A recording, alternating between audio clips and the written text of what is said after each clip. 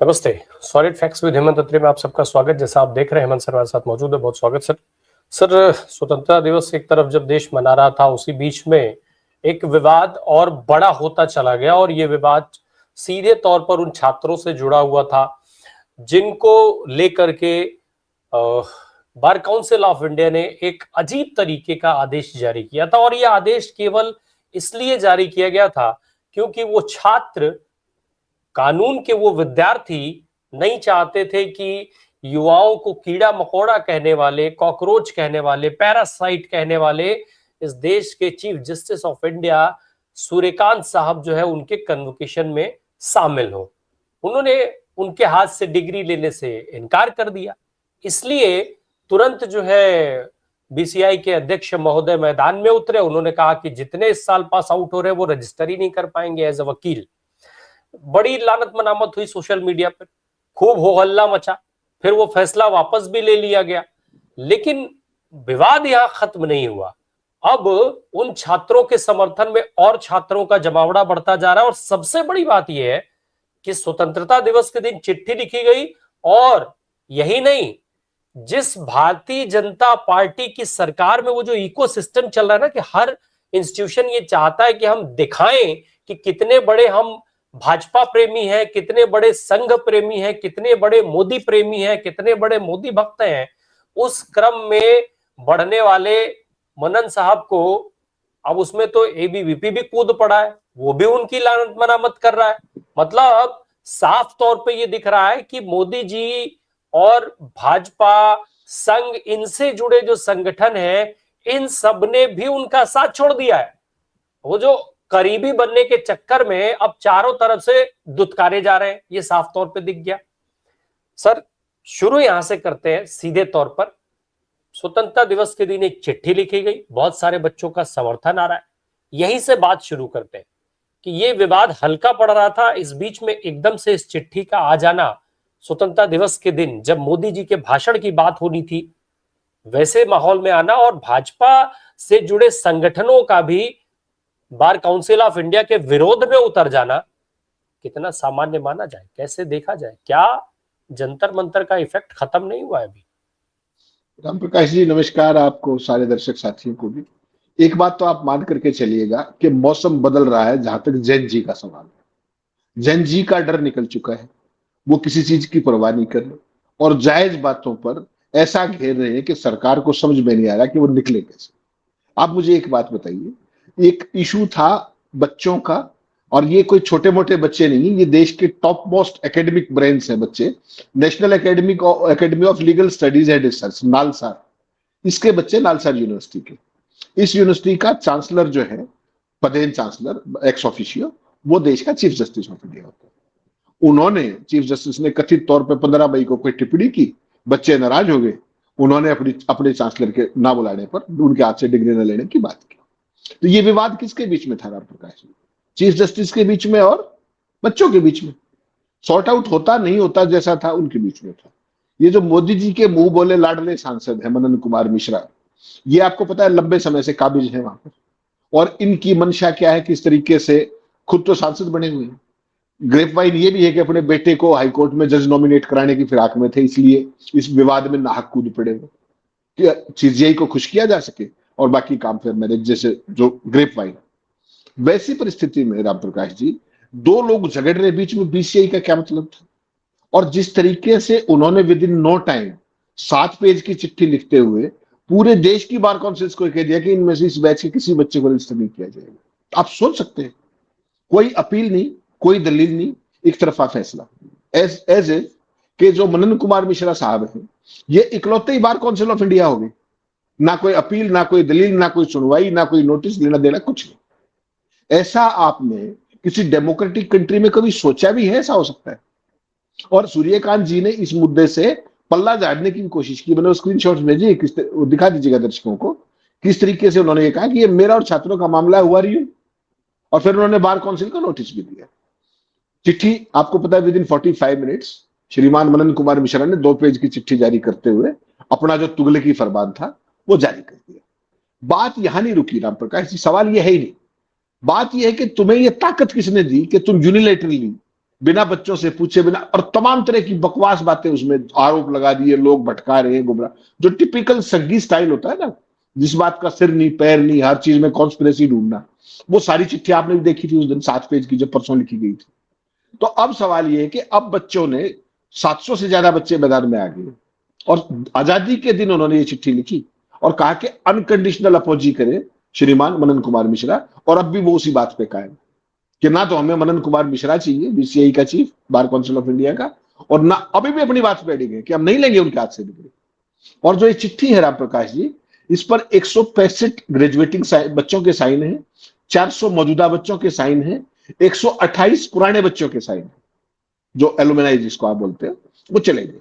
और उन्होंने जो चिट्ठी लिखी है, आप कल्पना कीजिए कितनी कड़ी चिट्ठी लिखी है।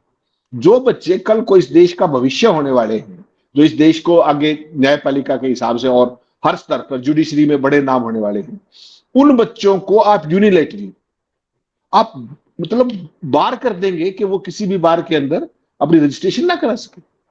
कोई कल्पना कर सकता है क्या? और आपको पता है, एक चीज में भारतीय जनता पार्टी हो, आरएसएस हो, एबीवीपी हो या उनका कोई भी संगठन हो, एक चीज के बड़े माहिर है, आप उनको उनकी प्रशंसा करनी चाहिए।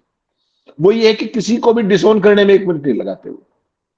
तो एबीवीपी ने खट से एबीवीपी छात्रों के बीच उसमें उतराई।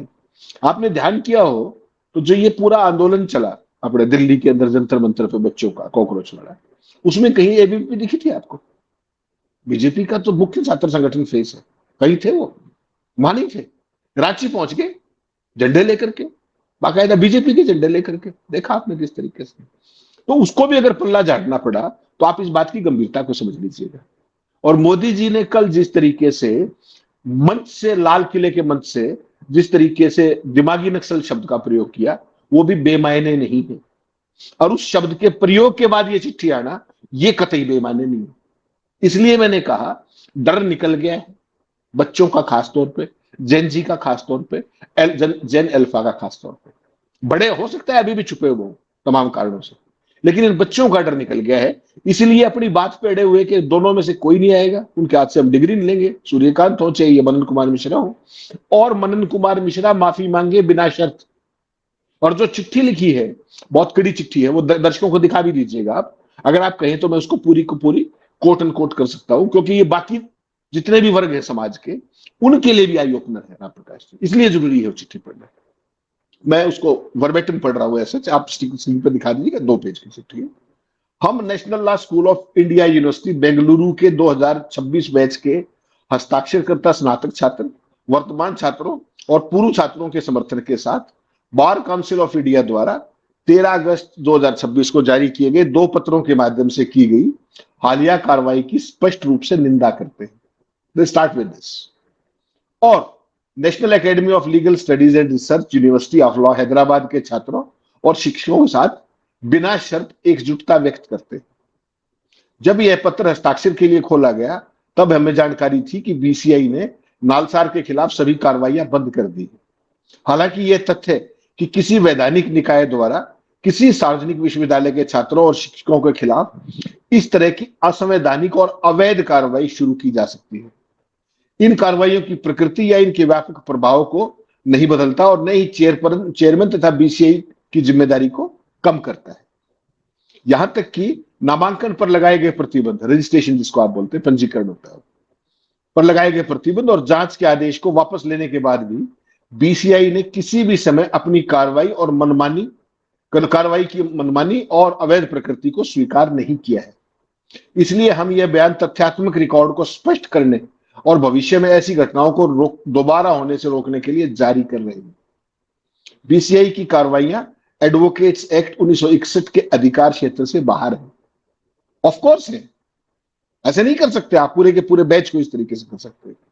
बीसीआई की कार्रवाइयां एडवोकेट्स 1961 के क्षेत्र से बाहर है, अल्ट्रा वायरस है।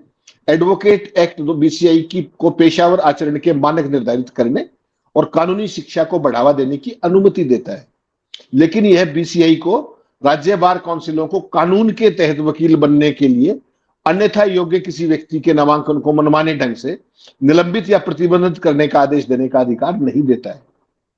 अधिनियम की धारा 24A अयोग्यता को आपराधिक दोष सिद्धि के विशिष्ट मामलों तक सीमित करती है और किसी न्यायिक अधिकारी के प्रति कोई सम्मान या आदर न रखने के आधार पर किसी व्यक्ति का नामांकन समाप्त करने का प्रावधान नहीं करती। लीगल लाइंस में ये कंप्लीटली। इसके अलावा चेयरमैन पूरे बार काउंसिल ऑफ इंडिया का प्रतिनिधित्व नहीं करते हैं। बड़ी इंपॉर्टेंट बात है। अधिनियम की धारा 4 के तहत बीसीआई में भारत के अटॉर्नी जनरल, सॉलिसिटर जनरल और प्रत्येक राज्य बार काउंसिल से एक एक सदस्य शामिल होते हैं। इसलिए चेयरमैन के पास इस प्रकार के आदेश एक तरफा रूप से जारी करने की कोई कानूनी शक्ति नहीं है।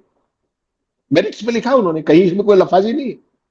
अंततः बीसीआई द्वारा नालसार के कुलपति को प्रदर्शन ऑब्लिक प्रतिनिधित्व में भाग लेने वाले छात्रों और शिक्षकों के बारे में रिपोर्ट प्रस्तुत करने का आदेश धारा 7 के तहत बीसीआई के सीमित वैधानिक दायित्व से पूरी तरह असंबद्ध है। मुक्त अभिव्यक्ति के मौलिक अधिकारों पर यह हमला है। वास्तव में बीसीआई की कार्रवाइयां संविधान के अनुच्छेद 19(1)(a) द्वारा प्रदत्त स्वतंत्र भाषण और अभिव्यक्ति के मौलिक अधिकार पर सीधा हमला है। हम एनएलएसआईयू के छात्र हर दिन अपनी कक्षाओं में प्रवेश करने से पहले ये शब्द देखते हैं। रविंद्रनाथ टैगोर को कर रहे हैं quote, where the mind is without fear, जहां मन भय से मुक्त हो। हमारा मानना है कि टैगोर के ये अमर शब्द सभी विधि विश्वविद्यालयों की भावनाओं को प्रतिबिंबित करते हैं और छात्रों, शिक्षकों तथा प्रशासन को अपनी अंतरात्मा और संवैधानिक मूल्यों के अनुसार बिना भय के कार्य करने और ऐसा करने के लिए प्रोत्साहित किए जाने की आवश्यकता है। बीसीआई द्वारा नालसार के प्रदर्शन प्रतिनिधित्व तैयार करने में शामिल छात्रों और शिक्षकों की जांच करने तथा उन्हें अलग से पहचानने का निर्देश देना किसी विच हंट से कम नहीं है। वर्ड्स पे जाइएगा, विच हंट। संविधान द्वारा प्रदत्त छात्रों की अभिव्यक्ति की स्वतंत्रता को गंदी और घटिया राजनीति बताकर इसे बाधा और व्यवधान की गंभीर स्थिति करार देकर बीसीआई ने छात्रों और शिक्षकों के खिलाफ एक खुली धमकी दी है। यह ऐसा तरीका है जिसे हमारे देश के विश्वविद्यालयों ने बार बार आते देखा गया है। बीसीआई की कार्रवाइयां केवल नालसार के छात्रों और शिक्षकों की अभिव्यक्ति की स्वतंत्रता पर ही दमनकारी प्रभाव नहीं डालती, बल्कि पूरे देश के छात्रों और नागरिकों को भी यह स्पष्ट संदेश देती है कि असहमति की किसी भी कार्रवाई के गंभीर व्यक्तिगत और पेशेवर परिणाम हो सकते हैं। यानी कि केवल यहीं तक सीमित नहीं है। जिसको चाहो उसकी जुबान बंद कर दो, उसकी आवाज बंद कर दो, उसके लोकतांत्रिक अधिकारों का दमन कर दो। दूसरे पत्र में इस्तेमाल की गई भाषा, जिसमें दावा किया गया है कि निर्दोष छात्रों को बाहरी लोगों ने गुमराह और उकसाया है, पितृसत्तात्मक, बेईमानीपूर्ण और कुछ छात्रों तथा शिक्षकों को अलग थलग करने का एक छिपा हुआ प्रयास है। हम बिल्कुल स्पष्ट कर देना चाहते हैं कि यह पत्र हमने अपनी इच्छा से लिखा है और किसी भी अस्पष्ट बाहरी व्यक्ति के प्रभाव में हम नहीं हैं। बीसीआई की यह कार्रवाई, गैरकानूनी और विकृत कार्रवाई, इस चिंताजनक प्रवृत्ति का हिस्सा है जिसमें एक वैधानिक नियामक संस्था का इस्तेमाल चेयरमैन की इच्छा और मनमर्जी के अनुसार पक्षपातपूर्ण राजनीतिक टिप्पणियां करने के लिए किया जा रहा है। बाद में जारी किए गए पत्र में परिषद की स्वीकृति से लिखा होना, जबकि पहले पत्र में इसका स्पष्ट उल्लेख नहीं था। पहला पत्र तो भाई ने खुद ही जारी कर दिया, उसके बाद कहता है कि बार काउंसिल ने इसको रिकंसिडर किया है। बार काउंसिल ठीक है, तुम ही बार काउंसिल मानने बैठे हो अपने आपको। इसको कहते हैं ऑटोक्रेसी। यह संकेत देता है कि पहला पत्र चेयरमैन ने एक तरफा रूप से जारी किया था। देश में कानूनी शिक्षा और पेशेवर विकास की खराब स्थिति पर ध्यान देने की बजाय चेयरमैन ने अपने आधिकारिक पद का दुरुपयोग करते हुए जंतर मंतर पर प्रदर्शन कर रहे छात्रों को असामाजिक और राष्ट्र विरोधी ताकतें बताया और आरोप लगाया कि विदेशी विरोधियों के प्रभाव में काम कर रहे हैं। बीसीआई चेयरमैन के बार बार किए गए कदाचार ने कानूनी पेशे में जनता के भरोसे और विश्वास को कमजोर किया है। बहुत इंपॉर्टेंट है रामप्रकाश जी, बच्चों का ये तेवर। इस देश के युवा वकीलों और नागरिकों के रूप में हम बेहतर बीसीआई की मांग करते हैं। विश्वविद्यालय का दीक्षांत समारोह किसी छात्र के शैक्षणिक जीवन की एक अत्यंत महत्वपूर्ण घटना होता है, जिसका उद्देश्य वर्षों की मेहनत और दृढ़ता का उत्सव मनाना है। ऐसे देश में जहां उच्च शिक्षा तक पहुंच वर्ग, जाति और लिंग की बाधाओं तथा खराब तरीके से तैयार और संचालित प्रवेश परीक्षाओं के कारण पहले ही गंभीर रूप से सीमित है, यहां दीक्षांत समारोह परिवारों के लिए एक महत्वपूर्ण उपलब्धि का प्रतीक होता है।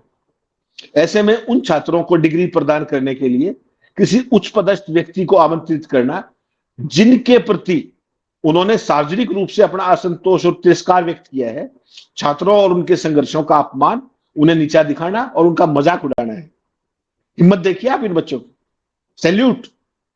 हम नालसार के अपने साथी छात्रों के साथ बिना शर्त एकजुटता के साथ खड़े, जिन्होंने सत्ता के सामने सच बोलने में असाधारण साहस और नैतिक दृढ़ता दिखाई। अपने संवैधानिक अधिकारों और स्वतंत्रताओं के इस्तेमाल के दौरान राज्यों के दमन और हिंसा का सामना कर रहे देश के सभी नागरिकों के साथ हम एकजुटता व्यक्त करते हुए निम्नलिखित मांगे करते हैं। नंबर 1, मांग करते हैं कि bar council of India NALSAR के छात्र और शिक्षक समुदाय से उनके स्वतंत्र भाषण और अभिव्यक्ति के मौलिक अधिकार का उल्लंघन करने के प्रयास के लिए बिना शर्त तत्काल माफी मांगे। 1, यह बार काउंसिल ऑफ इंडिया से स्पष्टीकरण मांगा जाता है कि चेयरपर्सन द्वारा बीसीआई के आधिकारिक लेटर हेड के इस्तेमाल के लिए क्या प्रोटोकॉल निर्धारित है। बहुत इंपॉर्टेंट चीज है, पढ़े लिखे बच्चे हैं।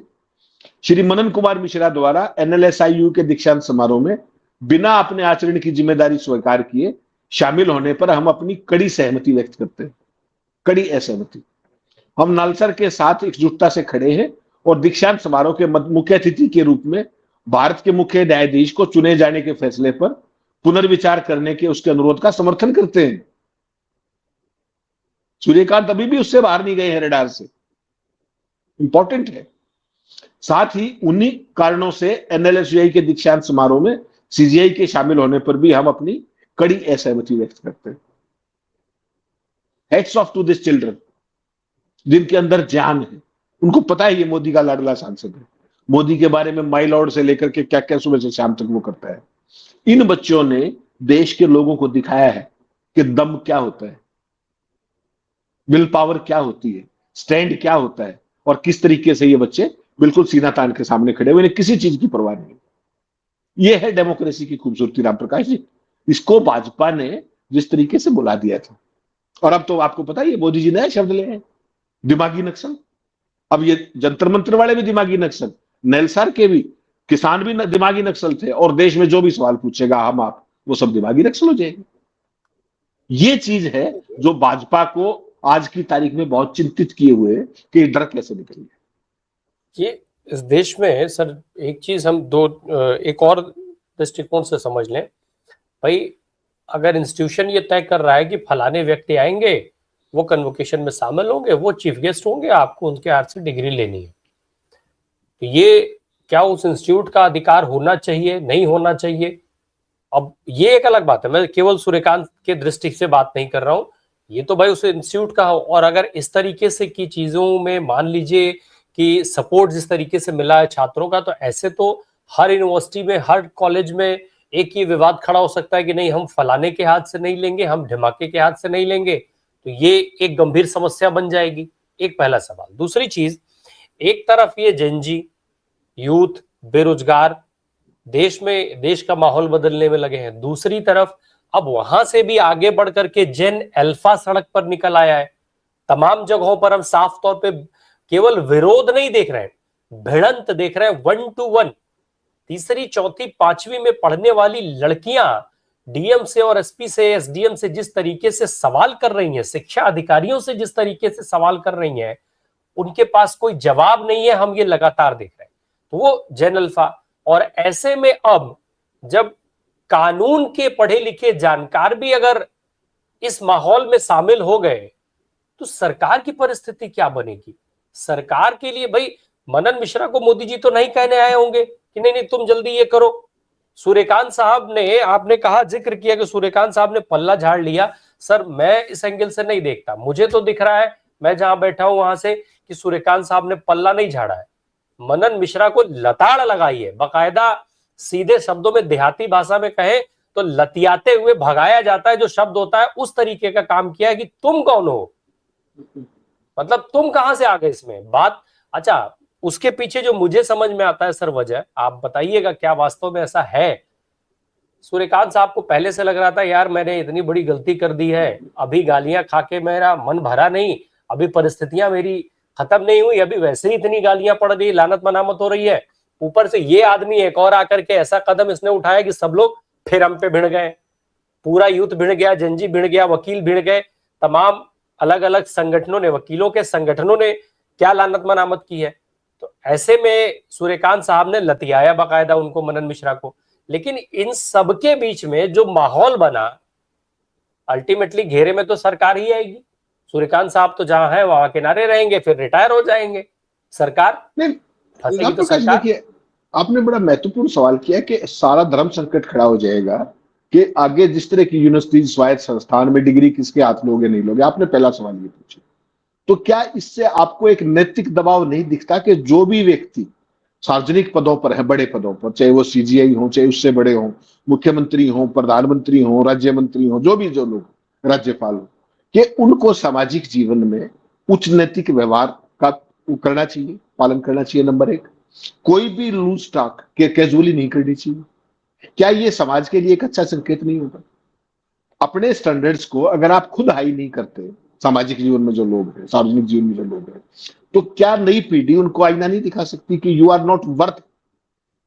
तो ये तो एक बहुत पॉजिटिव चीज हुई ना, कि आप कहीं पर भी बैठ के लूज टॉक कर दें और फिर सोचिए कि आपका सम्मान भी बना रहेगा। ये दोनों चीजें तो नहीं हो सकती ना।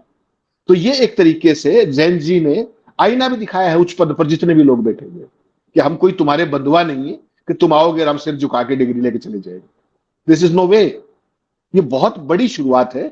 ऐसी चीजें आपने वेस्टर्न वर्ल्ड में खूब देखी होंगी, यूरोप में देखी होंगी, अमेरिका में देखी होंगी, जहां पर democracy in true sense of word होती है। हमारे यहां तो क्या है कि आप बतौर सीजीआई के तौर पर एक्स ऑफिशियो आप किसी यूनिवर्सिटी के चांसलर बना दिए गए और डिग्री आपके हाथ से ही दी जाएगी। ठीक है ये, लेकिन जब आप किसी यूनिवर्सिटी के चांसलर हो तो आपका व्यवहार भी तो एट पार होना चाहिए उसी का, या नहीं होना चाहिए? आप अगर किसी पूरी की पूरी जनरेशन को कथित तौर पर कॉकरोच और पैरासाइट और पता नहीं क्या क्या बोलोगे, हालांकि सूर्यकांत जी ने उसके बाद 2 बार स्पष्टीकरण देने की कोशिश की है, लेकिन जो डैमेज था that has already been done. उनके नाम वो रजिस्टर हो गई चीज। उसकी सारी क्लिप्स आपने देखा 10 दिन तक लगातार वायरल रही। 15 मई की घटना थी, देश भूल नहीं पा रहा उस बात को। ठीक है ना? एक पार्ट वो है राम प्रकाश जी के सामाजिक जो आपके नैतिक मानदंड है, अगर आप खुद ऊपर नहीं करते तो अगली पीढ़ी आपको ऊपर करने के लिए मजबूर करे। तो मुझे लगता है this is further involvement of evolution of develop, इस तरीके से democracy you should consider it positively. That is point number 1। आपने कहा कि जेन जी और जेन अल्फा, आपको क्या लगता है कि ये सरकार किसी से लड़ने में भरोसा करती है?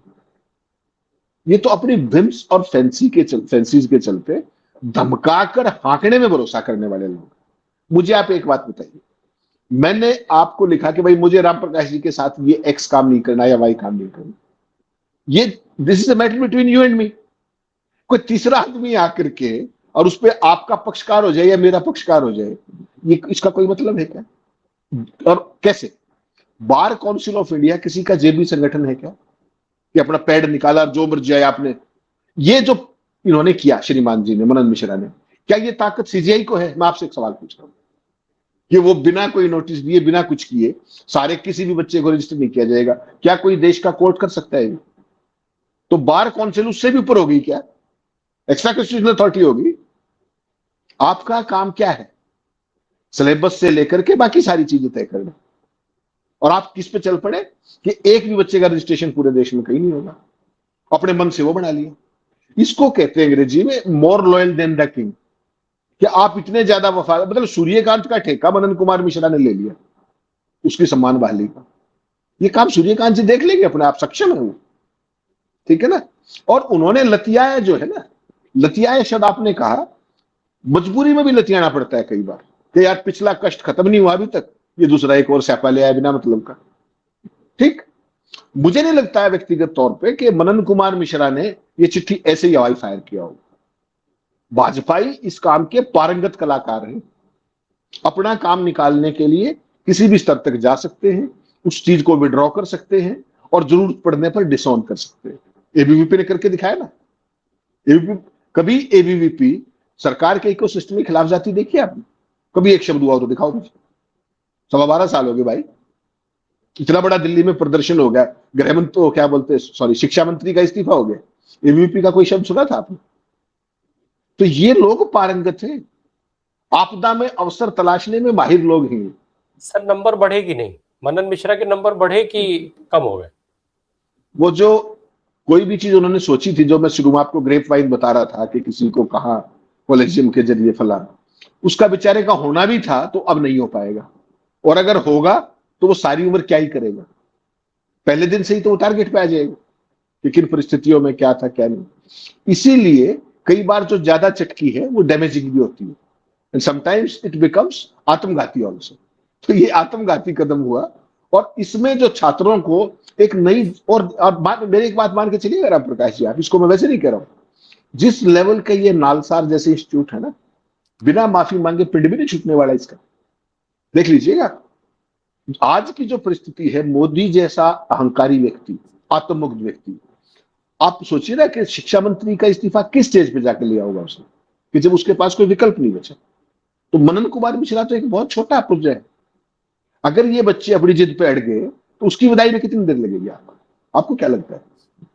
माफी ही तो मांगनी है सर, माफी मांगने में कौन सी दिक्कत है? माफी मांगने का तो इतिहास है, इस विचारधारा के जितने लोग हैं उनका उनका इतिहास ही माफी मांगने का है। क्या दिक्कत है भाई? मोदी जी के सामने समझ में आता है कि चलिए एक संकट है, भक्तों को खुश रखने का एक संकट है, अदरवाइज तो बातें तो बहुत सारी होती है। और हमने देखा भी है कि जिस अपने देश में कपड़ों से जिन लोगों की पहचान कर ली जाती है, उन्हीं लोगों को जा करके विदेशों में कैसे गले लगाने पड़ते हैं, ये हमने देखा है सर। तो वो भी उसी उसी का हिस्सा तो है। माफी मांगनी है, आज नहीं तो कल मांग ही लेंगे। आखिर इस्तीफा हो ही गया धर्मेंद्र प्रधान साहब का ना, जो सरकार में कभी नहीं होता था। तो माफी मांगनी आएंगे किसी दिन, मनन साहब एक वीडियो जारी करेंगे कि हाँ भैया बच्चों, हमसे बड़ी गलती हो गई, माफ करो। नहीं, कल और कल स्पष्टीकरण देने की कोशिश की उन्होंने, कल एक बददार बात हुई ना, आपने देखा कि नहीं, वो एक स्पष्टीकरण देने की कोशिश हुई, और उसमें जो आपकी जो प्रिय एजेंसी है ना, जो आपके ऊपर कॉपीराइट की तलवार हम सब पे लटकाए रखती वो है 24 घंटे, स्पष्टीकरण नहीं था सर, किसी कीमत पे नहीं था। तो उसमें आपने आपने क्या? स्पष्टीकरण शब्द का जिक्र किया, मैं इस पे शायद मैं मतलब मुझे तो ऐसा नहीं दिख रहा सर। क्या स्पष्टीकरण इसको कहते हैं कि कहा जाए कि बहुत सारे बच्चे उससे प्रभावित हो रहे थे, फिर मैंने जांच कराई, इसमें कुछ बच्चों का रोल था, पता कराया जा रहा है, ये स्पष्टीकरण है कि लीपअप होती है? नहीं, इसको कुतर्क कहते हैं, कुतर्क के जरिए स्पष्टीकरण। मैं अपने शब्द थोड़े से इंप्रूव करता हूं। उसमें जो इंटरेस्टिंग बात आ रहा था वो मिसना हो जाए, वो बेसिकली बीसीआई के चेयरमैन, इसमें तो कोई शक ही नहीं, but he is also a member parliament Rajya Sabha from BJP. और वो जो आपने स्टोरी देखी होगी, उसमें कहीं बीजेपी एमपी का जिक्र नहीं है, केवल और केवल बीसीआई चेयरमैन। कोई बीसीआई चेयरमैन ऐसी सरकार के अंदर जहां पर डंडा भी पर मारने से पहले पूछता है मोदी जी से, कोई इतनी बड़ी चिट्ठी निकाल सकता है असंवैधानिक? तो सिस्टम का आदमी है भाई, और बीजेपी की पहचान को छुपाया जा रहा है, ये कोई छोटी चीज मानते हैं आप? उस चीज से पूरे के पूरे, उस जिसको बदनामी कह सकते हैं आप, उस सारे में माफी मांग लेना इज वन वर्ड। लेकिन जो ये तानाशाही सोच है, आपने देखा ना जिस तरीके से जंतर मंतर के बच्चों के बारे में केरल के संगी ने क्या कहा कि मैं घेर के क्या करता हूं, उसी तरीके से अगर किसी ने ये कह दिया कि हम फला आदमी के हाथ से डिग्री नहीं लेंगे, तो आप क्या करेंगे कि उसका कैरियर ही खत्म कर देंगे, उन बच्चों के कैरियर की भ्रूण हत्या कर देंगे। ये सोच कहां से आती है राम प्रकाश जी? चिंता का विषय ये होना चाहिए। बिल्कुल, निश्चित तौर पे विषय बहुत गंभीर है। भले ही मैंने कहीं कहीं पर बात हल्का करने की कोशिश की है, लेकिन है बहुत गंभीर मामला ये। और हर दृष्टिकोण से, इस देश के भविष्य के लिहाज से भी, और अभी वर्तमान जो सत्ता है उसके कामकाज के लिहाज से भी, दोनों के लिए बराबर गंभीरता वाला विषय है। और दोनों को ही उस गंभीरता के साथ विचार कर लेना चाहिए। बहुत शुक्रिया सर बात करने के लिए।